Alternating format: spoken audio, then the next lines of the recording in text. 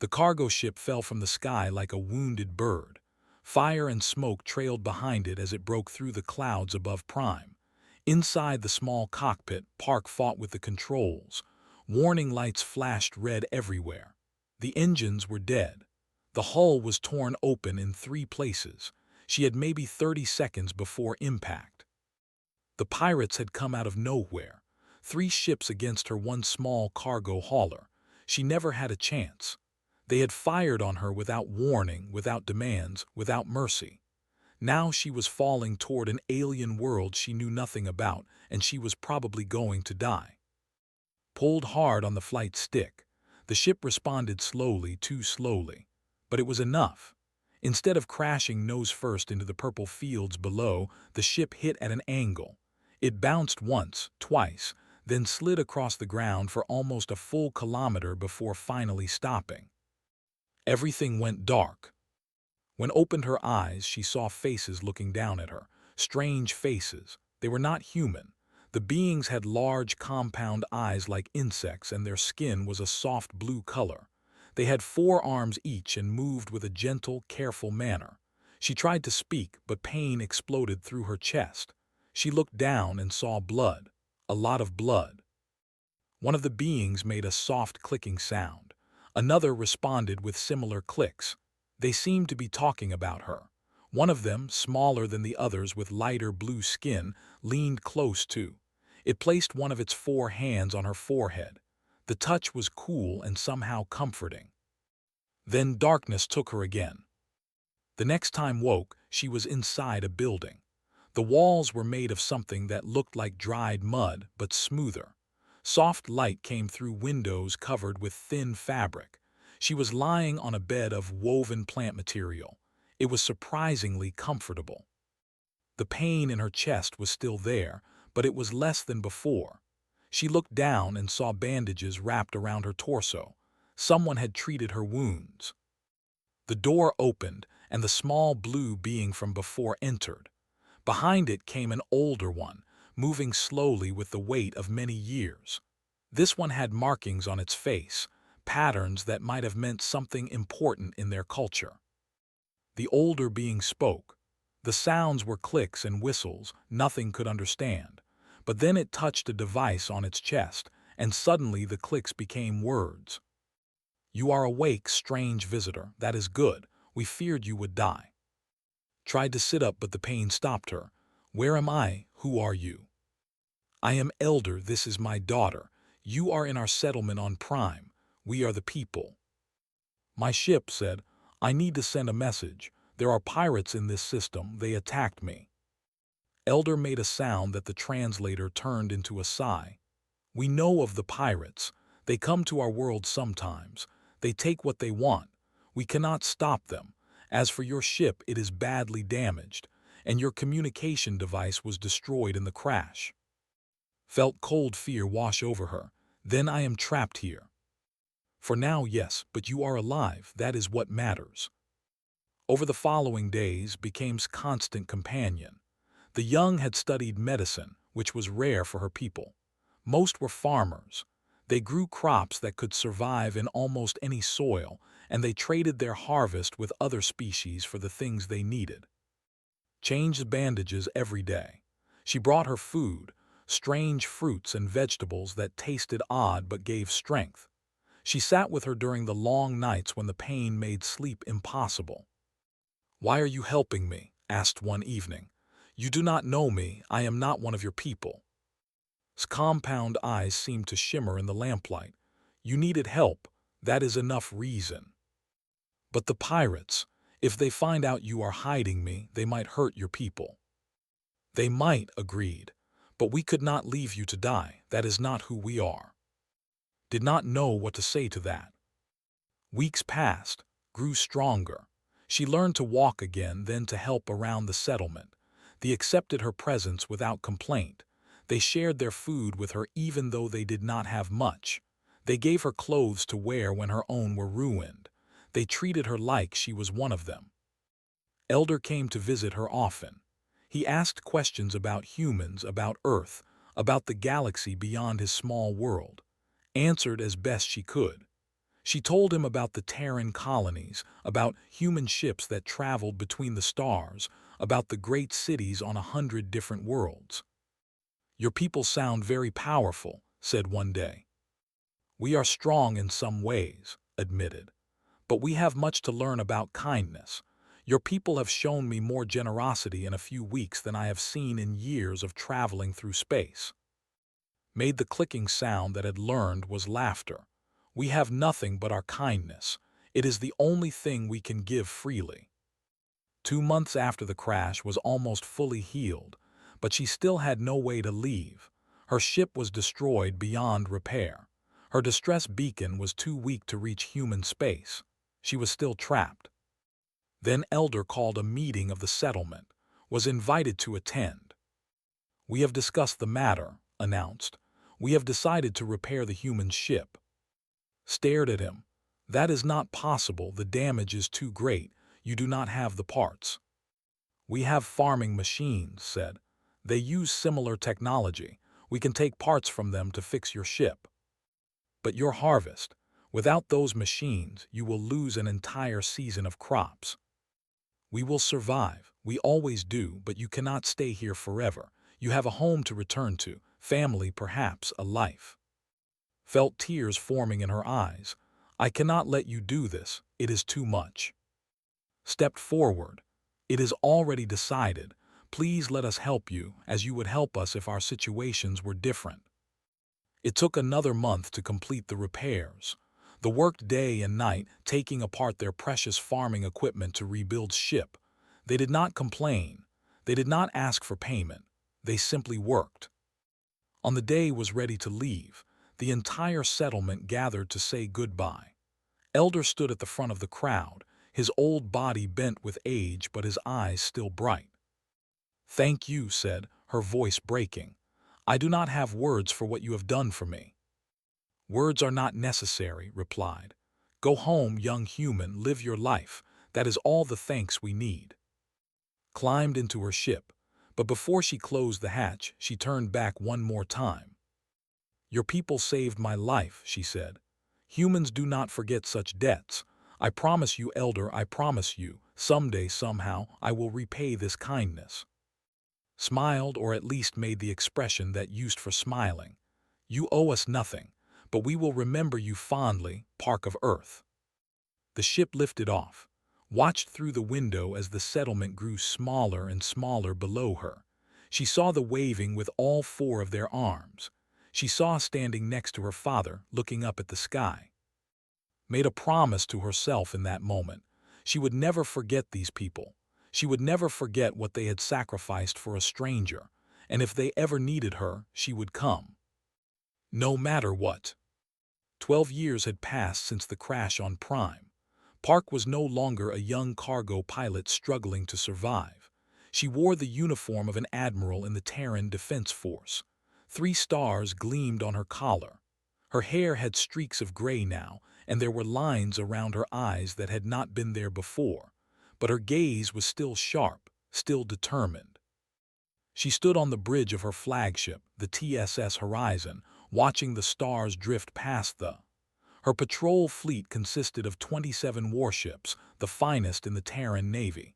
They protected the outer colonies from pirates and raiders. It was important work, necessary work. But sometimes, late at night, thought about a small settlement on a distant world. She wondered if Elder was still alive. She wondered if had found happiness. She wondered if they ever thought about the human they had saved. Commander Bay approached her station. He was a tall man with kind eyes and a calm manner. He had served with for 8 years and knew her better than most. "Admiral, you have been standing there for 2 hours," he said quietly. "Perhaps you should rest." Smiled slightly. "I was just thinking about debts unpaid." Before he could respond, a young officer hurried across the bridge. Lieutenant Ha was small and quick, with short black hair and an eager expression. She handled communications for the fleet. "Admiral Park, we have received a strange transmission," she said. "It was picked up by listening post 7 near the outer rim." "Strange how?" asked. It is very weak, sent on outdated equipment. The signal barely made it to our receivers, and it is addressed. Well, it is addressed to you specifically, Admiral. Felt something cold touch her spine. To me. Yes, ma'am. The message comes from a world called Prime. For a moment could not breathe. The bridge seemed to spin around her. Prime, after all these years. Show me, she said. Lieutenant Ha transferred the message to the main. The image was grainy and broken, filled with static, but could see him. Elder. He was so much older now, his blue skin faded to almost gray, his movements slow and painful, but she recognized him immediately. This message is sent to the human woman named Park. The translation software rendered his clicking speech. We do not know if you still live. We do not know if this message will ever reach you, but we wish to try. Paused and could see the weight of exhaustion on his face. A great enemy has come to our world. They call themselves the Dominion. They wish to take our planet to enslave our people. We have no way to fight them. We have no allies to call upon. The Galactic Council has refused to help us because we are not members. Another pause. When spoke again, his voice was softer.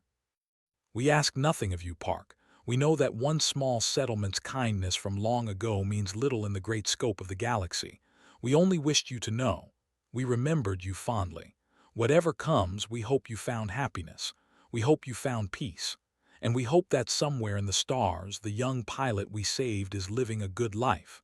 That would be enough for us. That would make everything worth it. The message ended. The screen went dark. Silence filled the bridge. Every officer had stopped working. They were all looking at their admiral. His hands were shaking. She gripped the railing in front of her to steady herself. Admiral, Commander Bay said gently, "What is Prime? What did they mean about saving you?" Took a deep breath. Then she told them. She told them about the crash, about the who found her bleeding and dying. She told them about changing her bandages, about asking questions about the stars. She told them about the farming equipment that was taken apart so she could fly home. They gave me everything, finished. And they asked for nothing. Not then, not now. They did not even ask for help in this message. They just wanted me to know they remembered me. Lieutenant Ha wiped her eyes. Commander Bay was silent for a long moment. "What are your orders, Admiral?" he finally asked. Looked at the where's face had been. She thought about her promise, made 12 years ago as her ship lifted off from that purple-fielded world. "Set a course for Prime," she said. "Admiral, that is far outside our patrol zone. High Command will not approve a diversion of this size." "I am aware of that, Commander. Set the course anyway. I will deal with High Command." 2 hours later was in her private quarters, speaking with General through a secure channel. The General was a stern woman with silver hair and a reputation for strict discipline. She had supported his career from the beginning, but there were limits to what even she could allow. "You want to take an entire patrol fleet into non-allied space to defend a planet that has no strategic value," General said. "Admiral Park, do you understand what you are asking?"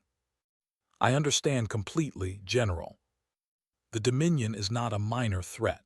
They have a powerful fleet. If we engage them over Prime, we risk starting a war." "I know that, General, but I also know that 12 years ago, a group of farmers on that world saved my life when they had nothing to gain. They gave up their harvest so I could fly home. They hid me from pirates even though discovery would have meant death for them. They asked for nothing in return." Leaned forward, her voice firm. "Now they are facing extinction and they still ask for nothing. They sent a message just to say goodbye, just to tell me they hoped I was happy. What does it say about humanity if we ignore that? What does it say about me?" General was quiet for a long time. When she spoke, her voice was heavy. "Even if I wanted to help you, Admiral, I cannot authorize military action in non-allied territory without approval from the Council. And the Council will never approve. The political situation is too delicate." Nodded slowly. She had expected this answer. I understand, General. Then I have one more request. What is it? Do not stop me. The connection ended. Sat alone in her quarters, thinking about what she was about to do. She could be court-martialed for this. Her career could end. Everything she had built over 12 years could be destroyed. But some debts were more important than careers. She made another call, this time to a journalist she had known for years. She told her the story of Prime. She told her about thee and their kindness. She told her about the message and about the fleet that was coming to destroy them. Within hours, the story spread across human space. News channels picked it up. Social media exploded with outrage and sympathy. People who had never heard of the suddenly cared about their fate. Volunteer ships began appearing at the fleet's coordinates. Civilian vessels, retired military craft, merchant haulers with weapons mounted on their hulls. Their captains all said the same thing: "We want to help." By the time General called back, his fleet had grown from 27 ships to nearly 70. "Admiral Park," the general said, "the Council has been overwhelmed with messages from citizens demanding action. They have reluctantly approved your mission." "Thank you, General." "Do not thank me yet. If this goes wrong, you will answer for it. But for what it is worth, I hope you succeed. Show the galaxy what humans do for those who help us." Ended the call and walked back to the bridge. Commander Bay was waiting for her. "All ships are ready, Admiral. Course is set for Prime." Looked at the stars that stretched endlessly before them. "Then let us go," she said. "We have a debt to repay." The fleet jumped to hyperspace, racing toward a small world where an old friend was waiting. Did not know if they would arrive in time. She did not know if they could win against but she knew one thing for certain. She would not let them face this alone. Not after everything they had done for her. Not ever. The fleet moved through hyperspace like a school of great metal fish swimming through an ocean of light. 73 ships now, with more joining every hour. Word had spread across human space, and people were answering. Admiral Park stood on the bridge of the TSS Horizon, watching the tactical display. Green dots represented her ships. Each one carried hundreds of crew members who had volunteered for this mission. Each one was flying toward danger for people they had never met. Commander Bay approached with a data pad in his hand. "Admiral, we have received confirmation from 12 more vessels. A mining corporation has sent 3 heavy haulers with reinforced hulls. They say they want to help with evacuations if needed." "Add them to the fleet registry," said, "and send my thanks. Also, Captain No wishes to speak with you. He is waiting on Channel 7. Nodded and moved to her private communication station. Captain No commanded the battleship Indomitable, one of the largest vessels in the fleet. He was a serious man, known for following rules and questioning decisions he did not agree with. His face appeared on the screen. He looked troubled. "Admiral Park, I must express my concerns about this mission." "Speak freely, Captain." "We are flying into non-allied space to fight a war that is not ours. The Dominion has over 100 warships in this sector. We are outnumbered. If we engage them, many of our people will die." "I am aware of the risks, Captain." "Then why are we doing this? I have read the reports. They have no military value. Their planet has no strategic importance. They cannot offer us anything in return for our help." Was quiet for a moment. She thought about how to explain something that seemed so simple to her, but might not be simple to others. "Captain No, let me tell you a story. 12 years ago I crashed on Prime. I was bleeding. I was dying. My ship was destroyed and my distress beacon was broken. I had no value to anyone. I could offer nothing in return for help." She paused. "But they helped me anyway. They used their medicine on me when they had little to spare. They took apart their farming equipment to repair my ship, even though it meant losing a harvest. They hid me from pirates who would have killed them if they had been discovered. And when I asked them why, they said I needed help, and that was enough reason. Captain No's expression shifted slightly. He was listening. Today, they need help. They have no military. They have no allies. They cannot fight the enemy that is coming to destroy them. By every practical measure, helping them makes no sense, but that is exactly why we must help them. I do not understand, Captain No admitted. Because kindness that expects nothing in return is the rarest thing in the galaxy, Captain. And when someone shows you that kindness, you have a duty to pass it on. They taught me what true generosity looks like. Now I want to show them what true gratitude looks like. There was a long silence. Then Captain No nodded slowly. I still have concerns about the tactical situation, Admiral, but I understand the mission now. The Indomitable will fight. Thank you, Captain. I will see you at Prime. The screen went dark. Returned to the main bridge, where Lieutenant Ha was monitoring communications. Admiral, we are receiving messages from the Galactic Council. They are asking us to reconsider our course of action. What exactly are they saying? They are saying that intervention in Prime will destabilize the region. They are asking us to let them handle the situation through diplomatic channels. Almost laughed. Diplomatic channels, the same diplomatic channels that refuse to help because they are not members. Yes, Admiral. Send them our thanks for their concern. Tell them we will handle this ourselves. In the medical bay, Dr. Shin was preparing for what might come. She was a small woman with quick hands and a calm voice. She had served as fleet medical officer for 5 years and had seen many battles. But this mission felt different. How many casualties do you expect? Her assistant asked. I do not know. It depends on how the battle goes, but I want every ship prepared for mass evacuations. If we cannot save the planet, we will at least save the people. The people, but they are not human. Dr. Shin looked at her assistant with sharp eyes. They are people, that is enough. The fleet dropped out of hyperspace for a brief rest period. Ships needed to cool their engines and crews needed to eat and sleep. They had been traveling for 36 hours straight. Admiral Park walked through the corridors of her flagship, stopping to talk with crew members. She found a young pilot named sitting in the mess hall, staring at her food without eating. Are you all right, Lieutenant? Asked, sitting across from her. Looked up, startled to see the Admiral. Yes, ma'am, just thinking. About the battle. About why we are here. I joined the Navy to protect human colonies. I never thought I would be fighting for an alien world I have never seen. Smiled, neither did I when I was your age, but life takes us to strange places sometimes. May I tell you something? Of course, Admiral. When I was young, I thought strength meant being able to fight. I thought power meant having the biggest ships and the best weapons, but they taught me something different.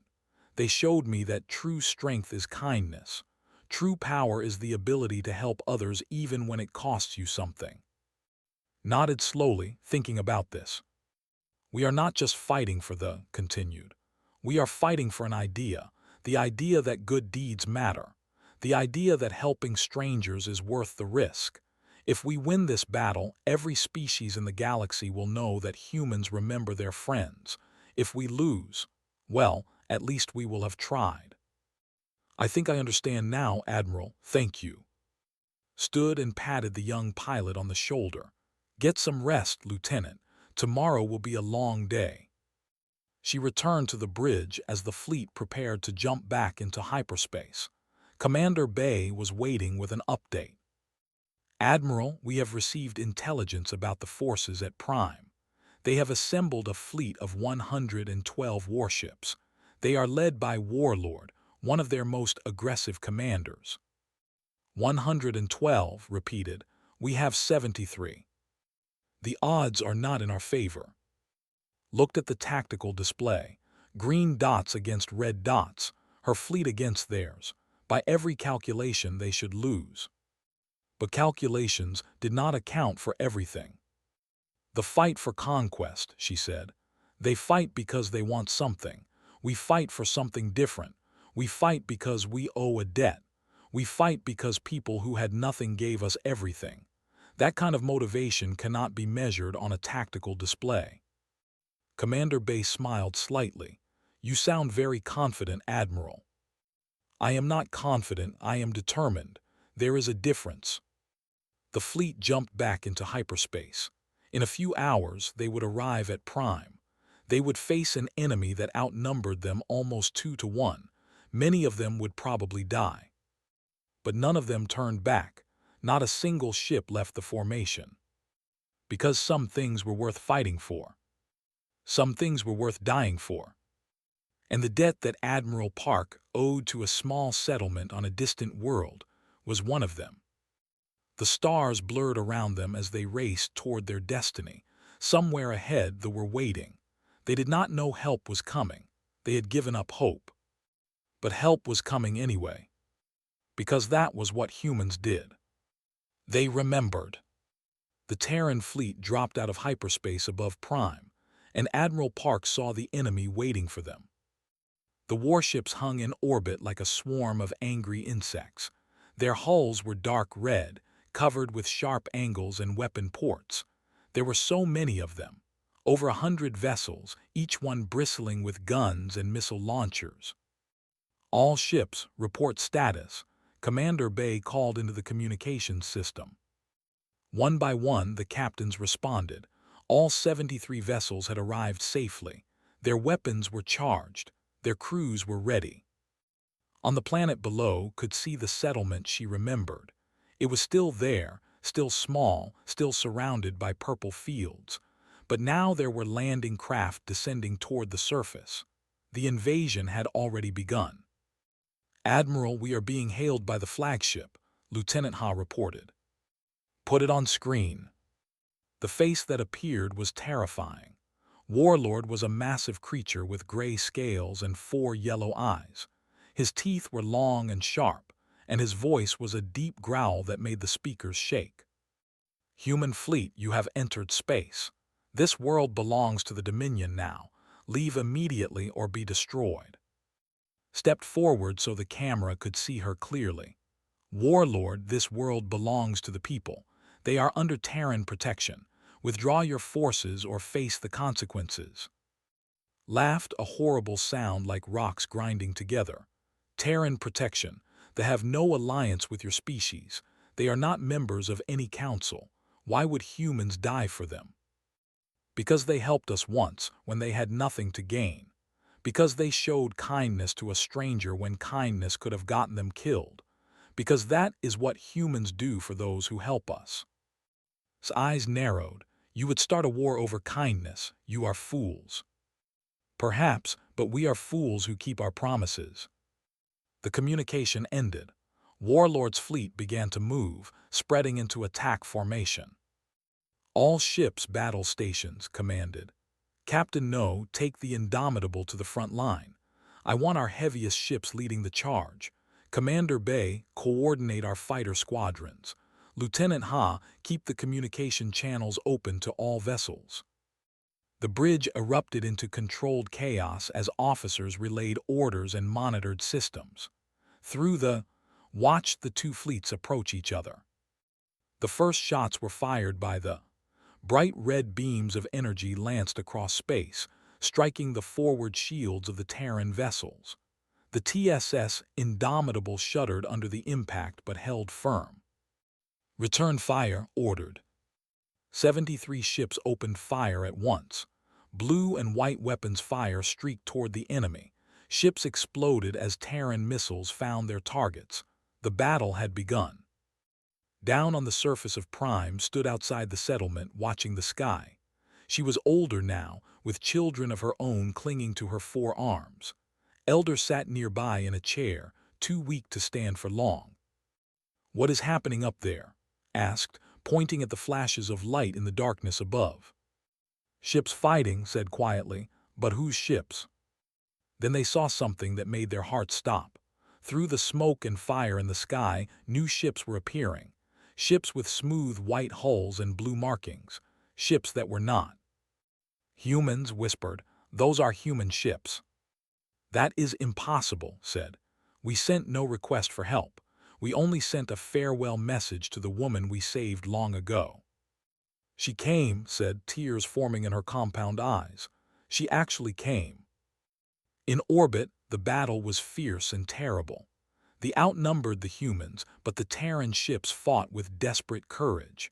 Captain No pushed the Indomitable into the heart of the enemy formation, drawing fire away from the smaller vessels. "Hull breach on Deck 7, his first officer reported. "Casualties in engineering." "Seal the breach and keep firing," No ordered. "We are not retreating." Lieutenant led her fighter squadron through the chaos, dodging enemy fire and striking at weapon systems. She had never seen combat before today. She was terrified, but she kept flying. "This is for the people who saved our admiral," she said into her radio. "This is for kindness. This is for the debt we owe." Her wingman, a young pilot named, stayed close beside her. Together they destroyed 2 gun platforms before a missile clipped wing. "I am hit," she reported, struggling to maintain control. "Fall back to the carrier," said. "Negative. There are evacuation transports launching from the surface.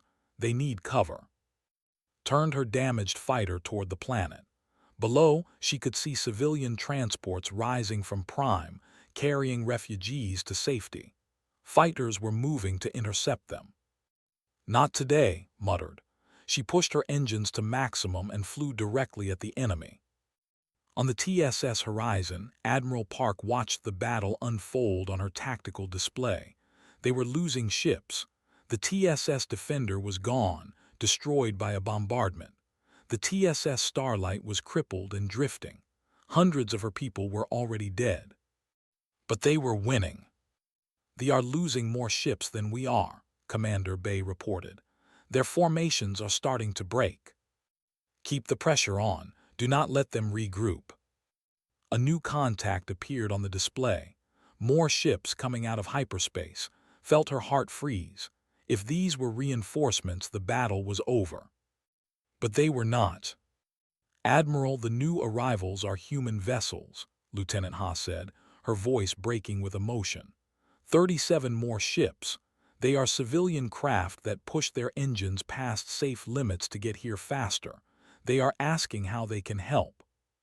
Closed her eyes for a moment, feeling something warm spread through her chest. More volunteers. More humans who had heard the story and decided to come. "Tell them to help with evacuations," she ordered. "Get as many off that planet as possible." The battle continued for 3 more hours. They fought hard, but they had not expected this kind of resistance. They had expected to conquer a defenseless world, not to face a fleet of determined humans who refused to give up. Captain No pushed the Indomitable directly at Warlord's flagship. His ship was burning. Half his weapons were destroyed, but he kept coming. "Target their bridge," he ordered. The Indomitable fired everything it had left. The missiles struck true, tearing through the enemy flagship's shields. On the bridge, Warlord felt his ship shudder and saw warning lights flashing everywhere. "This is madness," he growled. "Why do they keep fighting? They are dying for nothing." His first officer shook his head. "Not nothing, Warlord. They are dying for a debt. Humans are strange that way." Made his decision. He had underestimated these humans. He had not believed they would actually sacrifice themselves for an alien species they barely knew. He had been wrong. "Signal all ships," he commanded. "Retreat. We are leaving this system." A cheer went up across the Terran fleet as the vessels turned and jumped into hyperspace. On the TSS horizon, crew members hugged each other and cried with relief. But Admiral Park did not celebrate. She looked at the tactical display, at the symbols representing ships that were no longer there. 8 Terran vessels destroyed, hundreds of her people dead. The cost had been high. "Admiral," Commander Bay said quietly, "we won." "Yes," replied, "we did." She looked at the planet below, at the purple fields and the small settlements. They were safe. The debt was paid. But the hardest part was still to come. She had to face the people she had saved, and the people she had lost saving them. The shuttle descended through the clouds of Prime, carrying Admiral Park toward the surface. Her arm was in a sling, injured during the battle when a console exploded near her. But she had refused to stay on the ship. She needed to see the settlement. She needed to see them. Commander Bay sat beside her, watching her face with concern. "Admiral, you should be resting." "I will rest later," said. "Right now there is somewhere I need to be." The shuttle landed at the edge of the settlement. Recognized the buildings, though they looked older and more weathered than she remembered. The same mud walls, the same fabric-covered windows, the same purple fields stretching toward the horizon. Were gathering as she stepped out of the shuttle. Hundreds of them, maybe the entire settlement. They were staring at her with their large, compound eyes, their translator devices clicking softly as they whispered to each other. Then the crowd parted, and she saw him. Elder was carried on a platform by 4 young.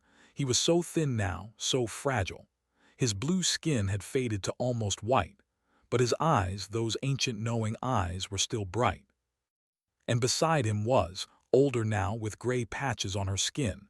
2 young stood with her, holding her hands, her children. Walked toward them slowly. Each step felt heavy with 12 years of waiting, 12 years of remembering, 12 years of keeping a promise. She stopped in front of Elder. Neither of them spoke for a long moment. "You came," finally said, his voice weak but clear through the translator. "We never expected, we never asked." "You did not have to ask," replied. "You showed me what true kindness looks like. I spent 12 years trying to be worthy of it." Made the clicking sound that was laughter, though it was softer than before. "We gave you nothing special, Park. We only did what anyone should do." "No," said firmly. "You did what most would not do. You risked everything for a stranger. You sacrificed your harvest, your equipment, your safety. You asked for nothing in return. That is not ordinary kindness. That is extraordinary." Stepped forward. She looked at for a long moment, then reached out with 2 of her 4 arms and embraced her. "I watched human ships burning in our sky," said quietly. "I saw your people dying to protect my world, to protect my children. Why would you do this?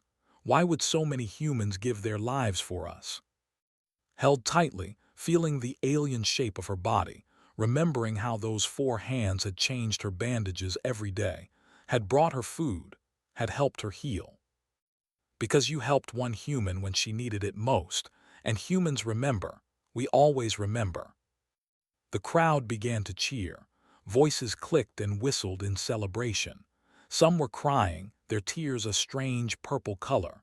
Children ran in circles, not fully understanding what had happened but knowing it was good. Over the next few days, Terran ships delivered supplies to the settlements. Medical teams treated the wounded. Engineers helped repair damage from the landing parties. General herself arrived on the 3rd day, bringing news from Earth. "The Galactic Council has issued a formal statement," she announced to a gathering of both species. "They have offered the protected status under Council law." Sitting in his chair with a blanket over his legs, made a skeptical sound. "The same council that refused to help us before." Yes, they were embarrassed by human action where they failed to act. Now they want to make things right. "And what does this mean for my people?" General smiled slightly. "It means no one will threaten Prime again. But more importantly, Terran Command has issued its own declaration. This world is now under permanent Terran protection. Anyone who attacks will answer to the full force of the human fleet." A whisper ran through the crowd. Permanent protection. A promise that would last beyond this generation, beyond this century. Captain No, his own arm bandaged and his uniform torn, stood among the Terran officers. A prisoner was brought before him, one of the soldiers captured during the ground fighting. The prisoner looked at No with confusion in his yellow eyes. "Why did your people die for these farmers? They have nothing to offer you. They cannot help you in any war. they are weak. No thought about the question for a moment. He thought about his doubts before the battle, his questions about why they were fighting. He thought about the answer Admiral Park had given him. Because they were not strangers, he finally said. They were family we had not met yet. They did not understand. He probably never would. 1 week after the battle, the settlement held a ceremony. They were building a monument at the spot where a ship had crashed 12 years ago. The statue would show a broken ship being lifted by many hands, human and together. Admiral Park stood before the half-finished monument with and her children. Elder was there too, though he could only stay awake for short periods now. "We want the inscription to say something meaningful," said, "but we do not know what words to use." Looked at the statue, at the hands reaching upward, at the ship being saved. She thought about what this moment meant, what it should mean to anyone who saw it. "Kindness given freely returns 1,000-fold," she said slowly.